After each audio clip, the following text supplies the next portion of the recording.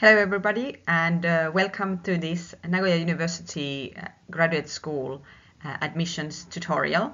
My name is Ilona Sakaguchi and I work here at the G30 International Admissions Office. So today I'd like to talk to you a little bit about why you should study in Japan and what kind of city Nagoya is. And then I will introduce you to Nagoya University and the different graduate school programs that we have available in the G30 International Program.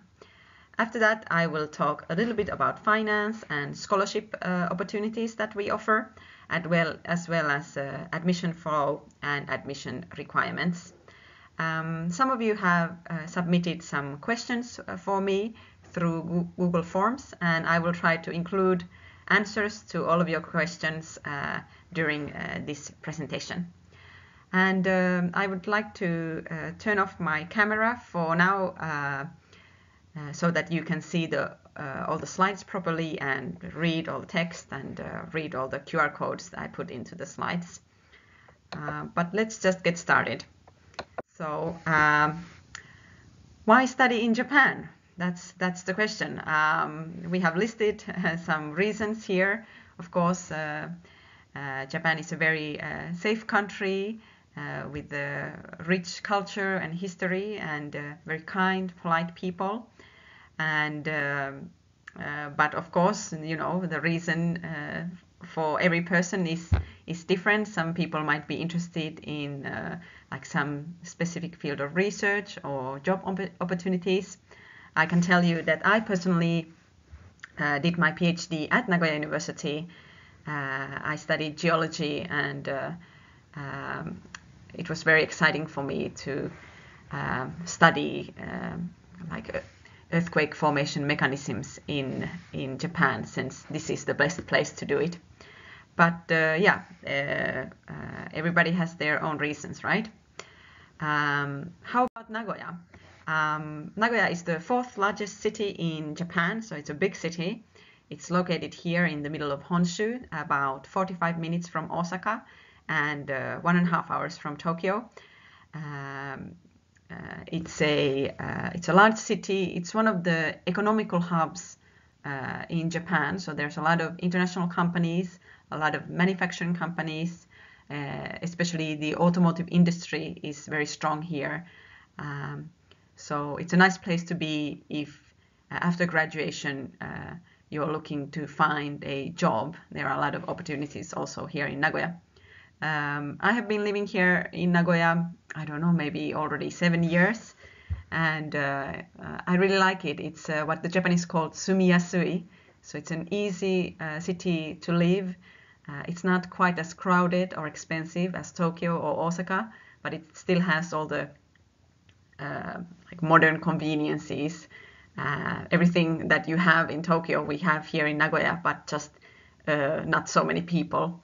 So it's a nice place to be. It's well connected to all other areas in Japan. So if you like traveling, then that's very easy to do also from Nagoya. And what about Nagoya University? Here we have some numbers. This Nagoya University is a national university, one of the 7 big universities in Nagoya. There are almost 16,000 students, and there are about 2,000 international students currently at Nagoya University. So it's a nice place. You can have, of course, a lot of Japanese friends, but you have also a nice big international community here. And so Nagoya University offers the G30 International Programs, which were founded in 2011. And these are international programs taught entirely in English. So we offer full bachelor's degree programs, as well as full master's and PhD programs. And in addition to the various G30 international programs, of course, there are many more other programs which are taught in Japanese. But today I will be focusing on these G30 international programs. And the nice thing about our G30 programs is that we actually have quite small class sizes, and the faculty to student ratio is very small. So you can have a lot of attention and support from your supervising professor. And I actually had a really good experience with my PhD. I had 3 supervising professors, so I got a lot of input from them to my research. And so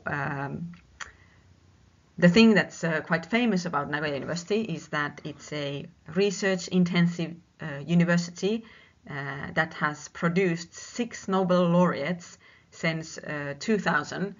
And the Nobel Prizes were awarded mostly for chemistry and physics. So we are especially famous for natural science fields, physics, chemistry, as well as automotive engineering, because as I said, Nagoya is the hub for the automotive industry in Japan, with big companies such as Toyota based in here. So that's like the basic introduction very briefly to Nagoya University. Let me show you the G30 graduate programs that we offer. So if you're interested to hear about the undergraduate programs, then there is another this admissions seminar which is uploaded to our YouTube channel. So if you're interested in the undergraduate programs, then please check that out. We give all the information regarding the application procedure for that in the other video. But today we are focusing on the graduate programs.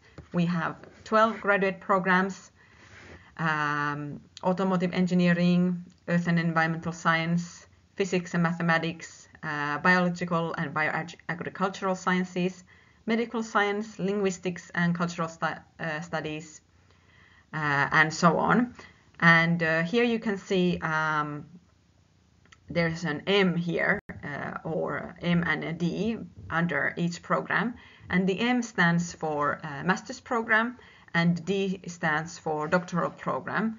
So some of our graduate programs offer just the master's course, and some offer both master's and doctoral course.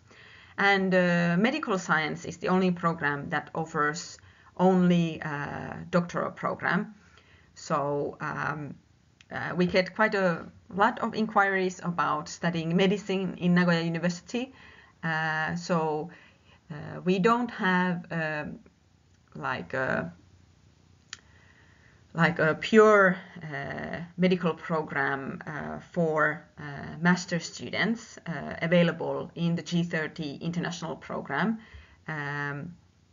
But you can enter the doctoral program and do research in medicine. We do offer a Masters of Public Health program, which is at the Department of Medicine, but the syllabus is a bit different from a normal like pure medicine master's program. But today I don't unfortunately have time to go over each of these programs by detail. So I encourage you to go to the G30 website. I will show you a link a bit later during the presentation. And you can go to the graduate school section of our webpage. And if you click on any of these programs, then you can read more about the syllabus and the different courses they offer. And you can see, okay, what program might be a good fit for your interests. But I think I want to move on to the next section, which is to introduce you to our campus. So here you can see a picture of our campus. The thing I really like about the Nagoya University's campus that it is located in a really green, beautiful area. So here, just outside of the picture, is like a large forest with some mountains, And there's a large zoo, which is very famous in Nagoya right here, and a botanical gardens. So if we want to take a break from studying, then you can take a walk in the forest. But at the same time, Nagoya University is located on the circular major line at Nagoya, the major subway line. The subway stop is just under the university, and if you take the subway, you can reach the center or the main shopping area in about 20 minutes to half an hour. So it's a very nicely, conveniently located university. As you can see from this aerial picture, our campus is quite large. We offer a lot of different facilities. There's tennis courts, a swimming pool, a dojo for doing kendo or judo or all different types of sports. So you of course come here for studying, but there's a lot of opportunity also for extracurricular activities right here at the university. And just outside of this picture are located also our international dormitories. So most international students live at the dormitories near the campus, maybe 10 or 15 minutes walk from the campus. But that one you apply through your graduate school. Of course, we have very high quality facilities. So labs and research equipment is especially important for natural sciences, and that's something I was very impressed by when I studied at Nagoya University, is how they had all possible different research equipment, and I could feel I felt that I could pursue the very highest level of research at Nagoya University. So that's something that's very important and impressive, especially in the field of natural sciences, like physics, or also engineering. Automotive engineering has very nice facilities. Then let's talk about finance and scholarships briefly.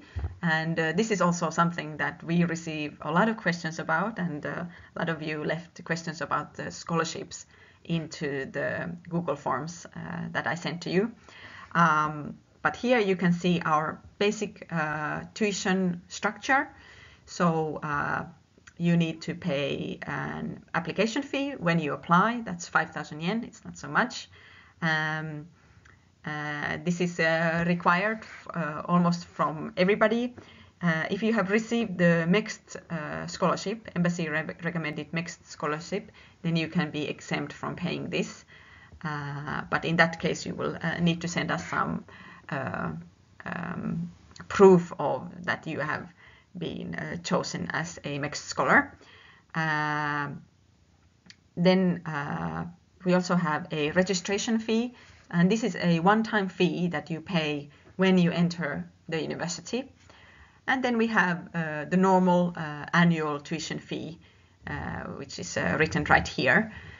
And all of these numbers are in Japanese yen, and kind of a lucky thing for many international students right now is the fact that Japanese yen is very weak. So it's relatively cheap to study in Japan at this very moment. So the past few years, and hopefully a few more years in the future also. Then we have an estimation here of living expenses.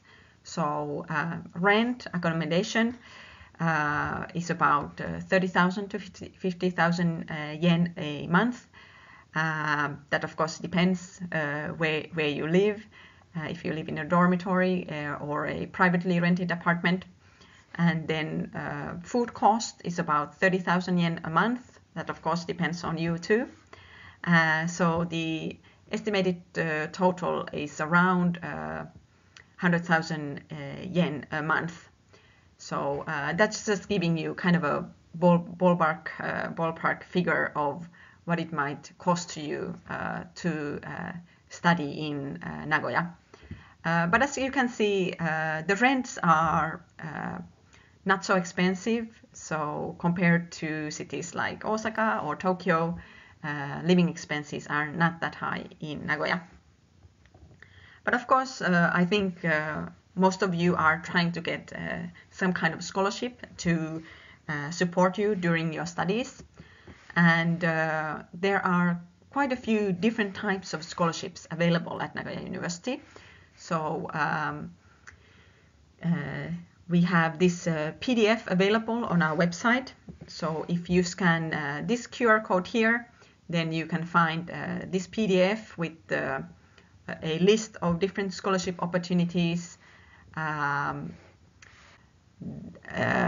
some of the scholarships have like different application periods, and some of the scholarships might be limited based on the major. So take a look at this list and see which scholarship might fit your current situation. One thing which I also would like to mention is that Nagoya University offers quite a lot of also like part-time job opportunities here at the university.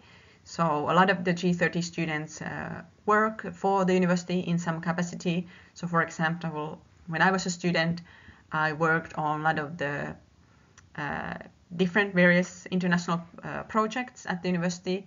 Especially I worked as a TA in a project called Nagoya University English as a Medium of Instruction. I was teaching Japanese students or helping them with their participation in the geology lectures in my department.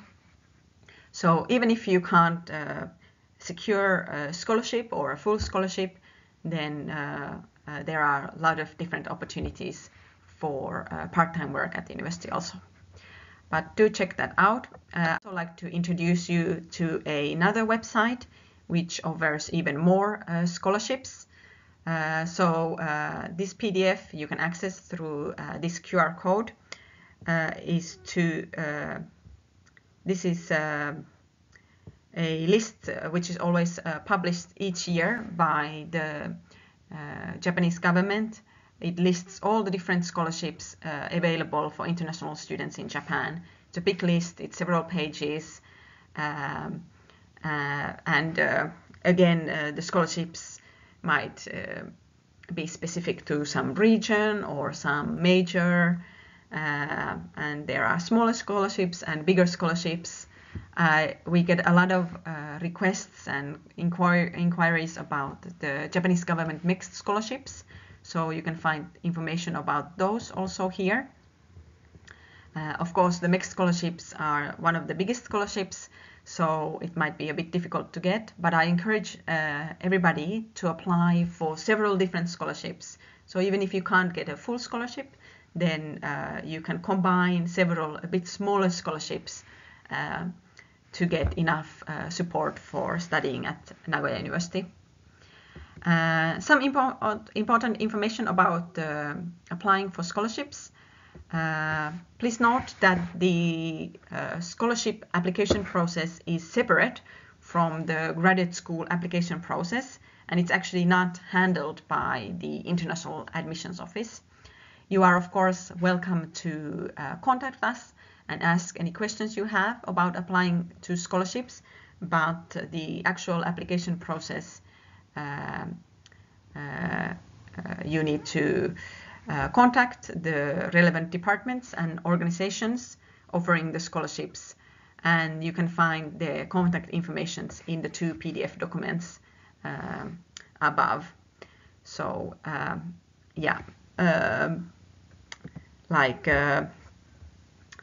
since there are different types of application periods, then I recommend you to start looking for scholarship quite well in advance. So the regular Japanese semester starts usually in April, but the G30 International Programs, we follow the international standard, and our semester starts in October. But since most programs start their semester in April, then a lot of the scholarships you need to already apply during the springtime between January and March. So a lot of the scholarships you can apply even before you have received your admission results. So for example, the big mixed scholarship, you first apply for the scholarship, and after that you apply for the graduate school in the case of the embassy recommended mixed scholarship. So yeah, just keep in mind that the application period might be quite early relative to the admission to Nagoya University. Good, but let's talk about the actual application schedule and the admission procedure. So here you can see a slide with the admission flow. So these are the steps you need to take to be admitted to Nagoya University. And the first and one of the most important steps that you need to do to apply to the graduate school is find a research group. So I will explain to you in a minute the details how you can do this, but the important thing is that you need to contact the professor by email and ask if they can accept you in their research group. Once you've gotten permission from your professor, yes, you are welcome to join our research group and do your master's and your PhD here. Then you can start the application process. And the way you do it is that you need to fill up our online application form using the TSENS online application portal. So there isn't actually any specific application form you have to fill up. Everything happens through the application portal. And most of the documents you can upload to the online application portal. But some of the documents need to be sent to us as hard copies by post. So this is a quite an important point. Documents such as graduation certificates and transcripts need to be sent to us as original copies by post. But I will go into the details about that also in a few slides. Then please pay the application fee. This is something that some students tend to forget. Maybe they've filled out their application and they sent us all the documents, but they forgot to pay the application fee.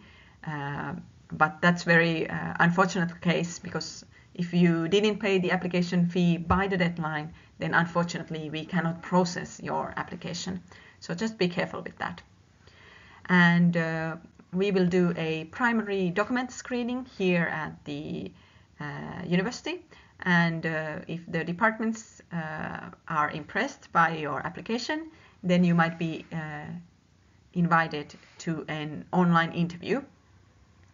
And the way that they conduct the online interview kind of varies by department, but mostly the interview is, or mostly the departments want to know about your motivation, why you want to enter the graduate school program that they offer, what kind of research you want to do, why you want to enter a certain research group, and if your research interests match with the research interests of the department and the research group that you're entering.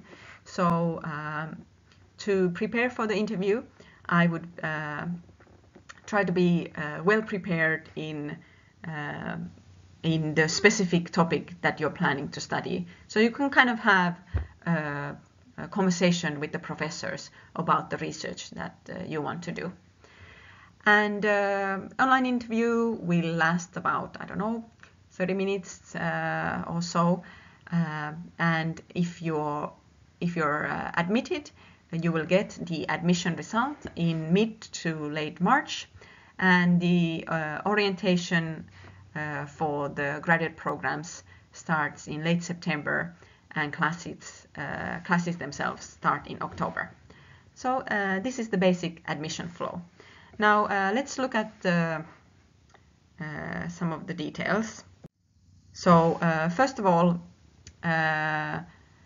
since there are a lot of different graduate school programs, then I don't have time to go through each program's application requirements in detail today, but there are certain eligibility requirements for each program, and please read the application guidelines of the program you're applying to carefully to see if you meet their eligibility requirements. For most programs, for master's programs, they want you to have a certain English proficiency level, as well as, of course, you need to show that you have finished your bachelor's degree or you are about to finish your bachelor's degree before the master's program starts. And same goes for the PhD programs. You need to show that you have a master's degree or you will graduate from a master's degree before the start of the program. But some programs might have some more detailed eligibility requirements, especially for example, the doctoral program of medicine asks you to submit quite a few different extra documents. So please read the guidelines of your program carefully. There are some common required documents that everybody who applies to the graduate program needs to submit, and I will go over those documents today here in this presentation. But please note, of course, again, that some programs might ask some extra documentation. So again, read your own program's guidelines carefully. Yeah, so I will go over all of these today. Then here we have a reminder again, please pay the application fee, otherwise we can't process your application. And please follow all the deadlines. So it a bit depends on the program, how flexible each graduate school is. But in some cases, if your application's documents have not arrived to our office by the deadline, then even if everything else looks really good, then you might be disqualified from applying. So especially for the documents that need to be sent by post, please send the documents to us well in advance to make sure that they arrive to our office before the deadline. Good. About the application schedule.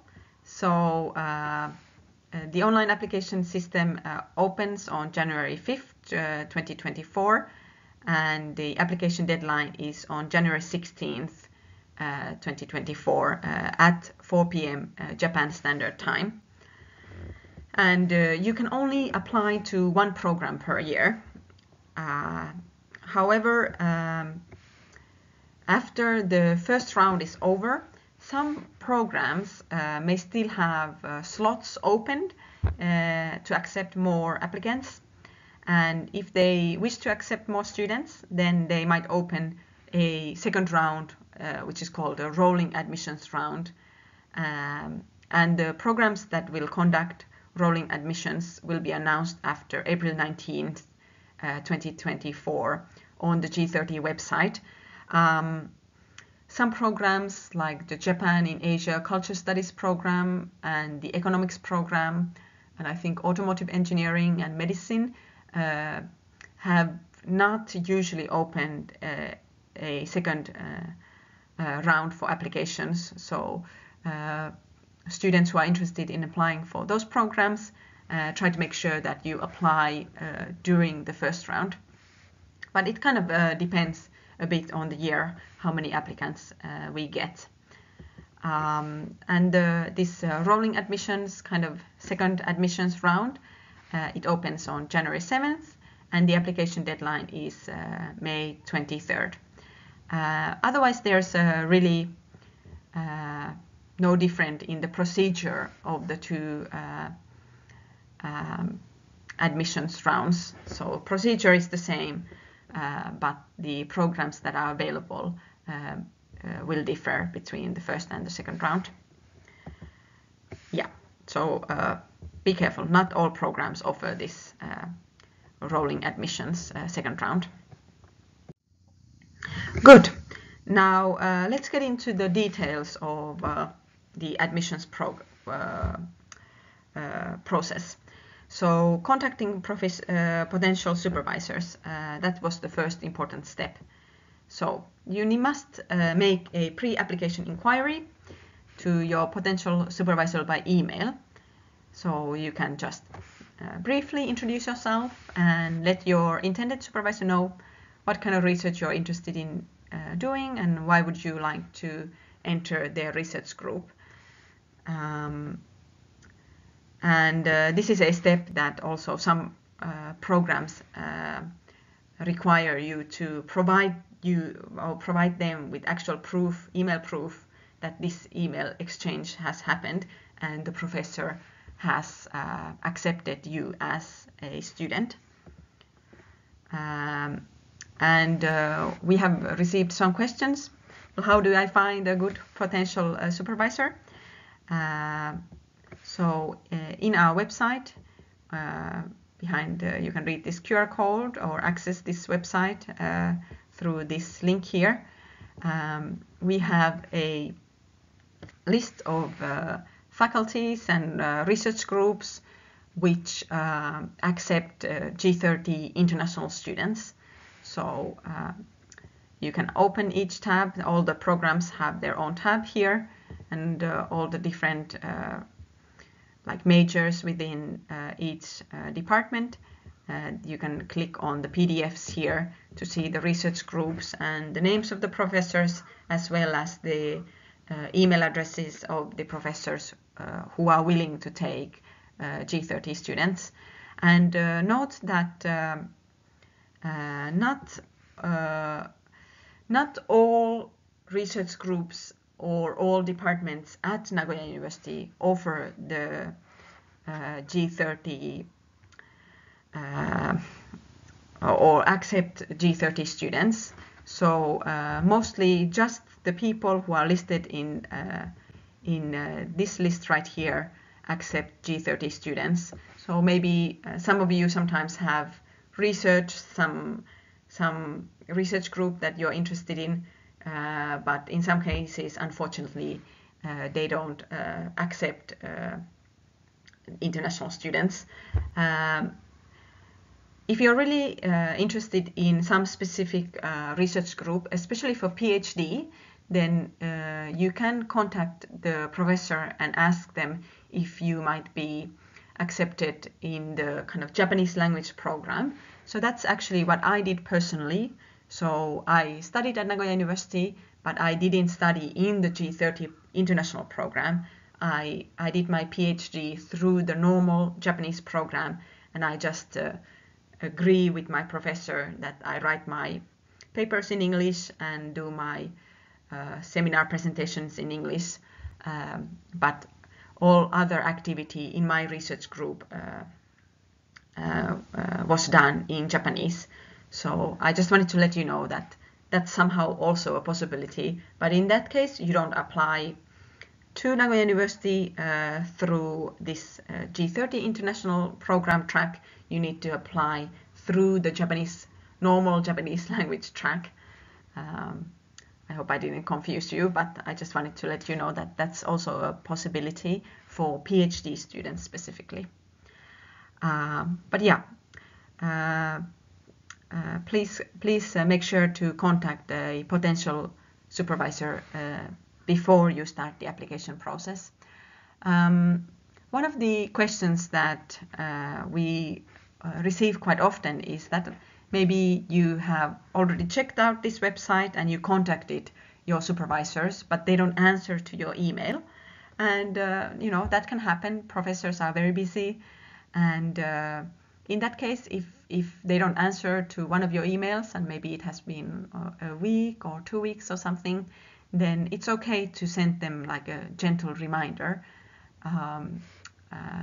just to say, hey, I emailed you one week ago or 2 weeks ago, and I was wondering if you could check my previous email or something like that. Maybe if they don't answer 2 emails, then maybe you can take a look at some of the other research groups on this website to see if somebody else might be more suitable for you. And sometimes, of course, the research group might be full and the professor has to reject you based on just the fact that there are already a lot of students in their research group. But yeah, please don't hesitate to contact the professors on this website. Good. So let's continue. Let's go over the required documents that I listed previously. So I will try to explain everything to you briefly. There are quite a few different required documents. Again, like the specific requirements may vary between the different programs. So again, please check your program's application requirements carefully. But the requirements or documents that are necessary for all students who want to apply to the graduate school program, the first step is, of course, fill out the application online. So you can access the website through this QR code, or you can go to our G30 website and look under applications and graduate programs to find the online application portal there. You need to also provide us with proof of graduation. This is another question that we get a lot. Can I still apply if I haven't graduated yet? The answer is yes. You can apply, but you need to send us a I'm sorry, you need to send us a prospective graduation certificate, which is issued by your university. So this is a document that can be provided to you by your university, and it needs to be signed and stamped, and it needs to show the date of your prospective graduation, so that we can make sure that you will graduate your master's or your bachelor's course before entering the graduate school at Nagoya University. And this document needs to be sent to us by post before the deadline. So this year the deadline is January 16th. So if you haven't yet sent us this document, then please do it as soon as possible. It a bit depends on the program and department if they accept documents that might arrive a little bit late. But do try to send us all the documents before the deadline. We recommend that you send us all the documents that need to be sent by post by some kind of postal service which allows you to track your package. So they give you like a tracking number, and you can see, okay, the document has arrived to Japan and the document has arrived to Nagoya University, and then you know, yes, we have received your document. We do, of course, keep a record of all the documents that we have received. So if you're feeling unsure if your document has arrived, then you can also email us and ask us if we have received the documents that you have sent us. Of course, if you have already graduated, then you can send us your like a official copy of your graduation diploma. Good. Then we would like to ask for your transcripts. If you're applying for the master's program, we ask for 3 years of transcripts from your bachelor's degree. If you're applying for the PhD program, then I think we ask for the past 2 years transcripts from your master's degree. You need to write a research proposal. So this is something that you can a bit discuss with your potential supervisor through the emails. You need to figure out, okay, which kind of research I can do in that research group, and then write a proposal based on that discussion. Then we would like you to submit a summary of your undergraduate or master's thesis. There is a template which looks like this, which you can download from our website. It's a very simple document. You have to type in your university name and the name of your thesis, and like a brief 1 to 2 page summary of what kind of research you have done during your undergraduate or master's degree. Of course, all documents must be in English, or they need to have official English translations. The professors need to understand the transcripts that you have sent to them. So please be careful of that. I think sometimes we receive especially transcripts or graduation diplomas, or these prospective graduation certificates which are not written in English. In that case, you need to provide a translation. You can write the translation by yourself. You don't have to use an expensive translation service. Another important document that you need to submit to us is some form of proof of English proficiency.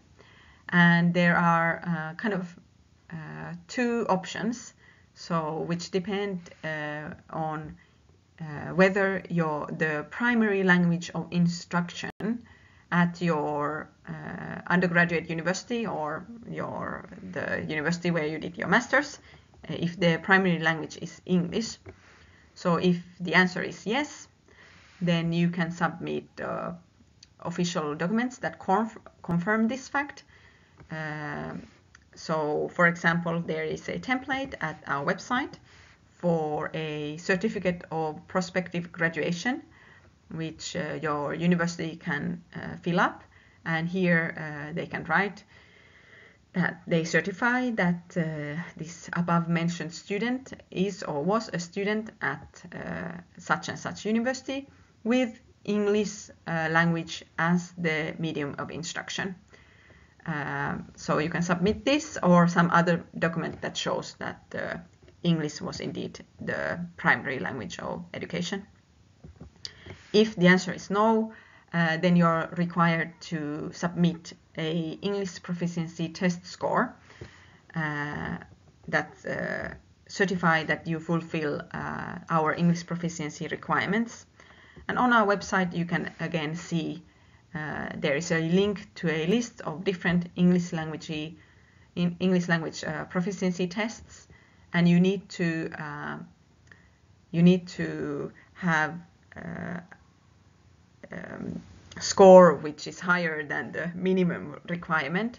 So here you can see, for example, IELTS, we ask for a overall band score of 6 or more, and for TOEFL we ask a score of 80 or above in the IBT test, or 60 or above in the paper delivered test.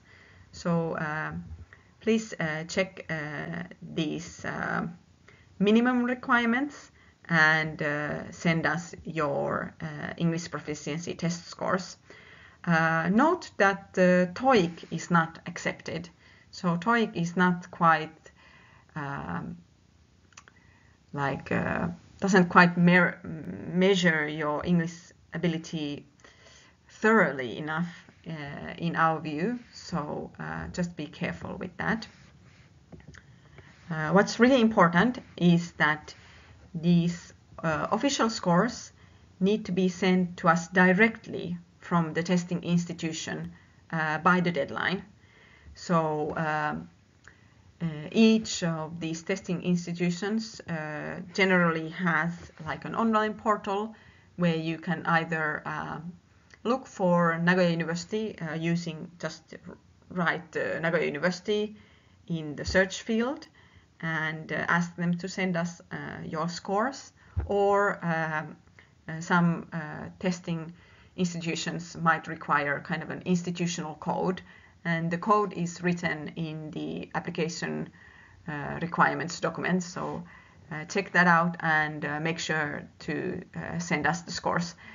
Also be careful that it might take some time for the testing institutions to send us these documents. It might take a week or so, or even 2 weeks for them to send it to us. So please make sure to make this request well in advance.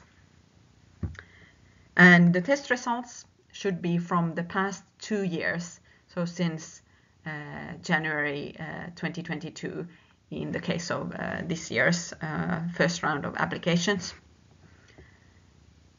Yeah, good. So this is something that we get quite a lot of questions. So when you read the like application requirements, then a lot of programs ask you to submit your GRE score, and GRE is kind of a standardized test for university level.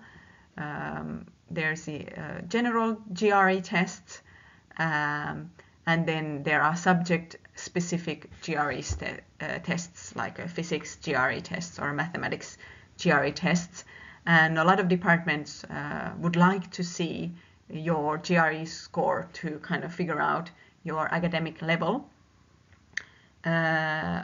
These are recommended, but not mandatory. So don't be too worried or stressed out if you don't have a GRE score. It is not a requirement to apply. However, of course, it can make your application stronger. And also for this GRE results, please arrange for these official scores to be sent to us directly from the testing institution. So again, we have like an institutional code for GRE, which you can use to send us your test results.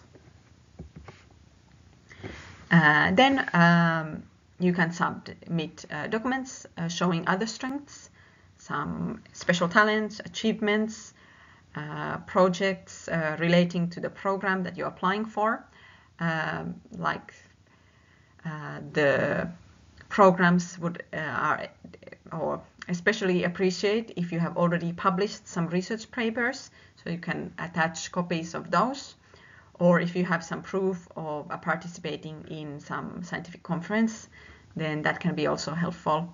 Some students have already taken like the Japanese proficiency test, the JLPT test. So if you have good scores, then you can also attach those in this section. Since it's a completely English taught program, that you don't need to speak any Japanese, but of course it's beneficial for your daily life here, so you can attach those documents here too. Then finally, letters of reference. These we would like you to submit online only through our online application portal. These need to be submitted directly by the referees themselves in the form of a PDF documents. We would like the referees to use their school or institution's letterhead paper, and we would like your referees to sign also the documents. So the way it works is that you type your referee's email address in the online application portal, and you click confirm or send or something like that, and then your referees will receive an email from the online application portal, a link where they can upload their reference letter and also fill up a short evaluation form.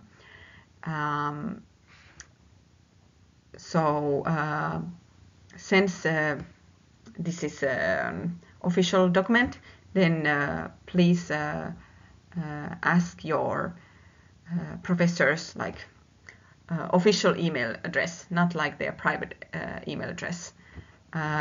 Because this year some email domains, especially Gmail, we have been experiencing some technical problems, and there has been problems in receiving messages from the TSENS online application system. So if you and your referee experience any issues with either registering to our online application system or receiving the email, then please email us at this email address and we can assist you. And I think it's good if you can try to confirm from your referee if they have received the link to upload their reference letter, to make sure that there was no issue with receiving the email and that we have also received all of your application documents. So yeah, but if you have any further inquiries about that, then yeah, please email at this email address. Good. Okay, so just a few frequently asked questions and important points I want to make before I end this presentation. Do I have to submit all my documents by post? Is something that a lot of people ask. And question is, no, you do not need to mail all your documents by post. Only those that are indicated in the application guidelines in your program as original hard copies need to be sent by post. And a hard copy is a stamped or signed copy of an official document, such as a graduation diploma or university transcripts. So those you absolutely have to send to us by post by the application deadline. And PDF copies of such documents sent by email are not accepted. So also this year we have received quite a few emails with the PDFs of copies of these documents attached, but unfortunately those are not accepted. We need to have the actual physical copy with the signature and a stamp. So just be careful with this point. Another thing that I want to somehow warn you about is a lot of students ask, do I have to send my original diploma by post? So the answer is no. Please do not send us your original graduation diploma, as this is an official document that your university will issue only once. So we do not return any application documents. So in that case, please don't send us any documents that you cannot replace with another document. Please send us an official degree certificate issued by your university's academic affairs office, rather than the diploma itself. The diploma is really valuable and there's only one of those. So yeah, be careful with this point. Good. I think that's pretty much it from me today. Thank you for listening and good luck with the application process. If you have any questions about the application process, then please feel free to contact us and ask any questions using this email.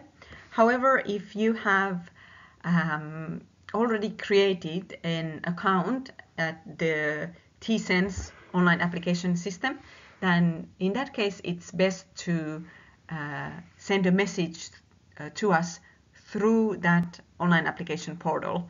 So there's a section where you can send messages, and we also might send messages to you guys through that system, maybe asking for some documents that are missing or some further information.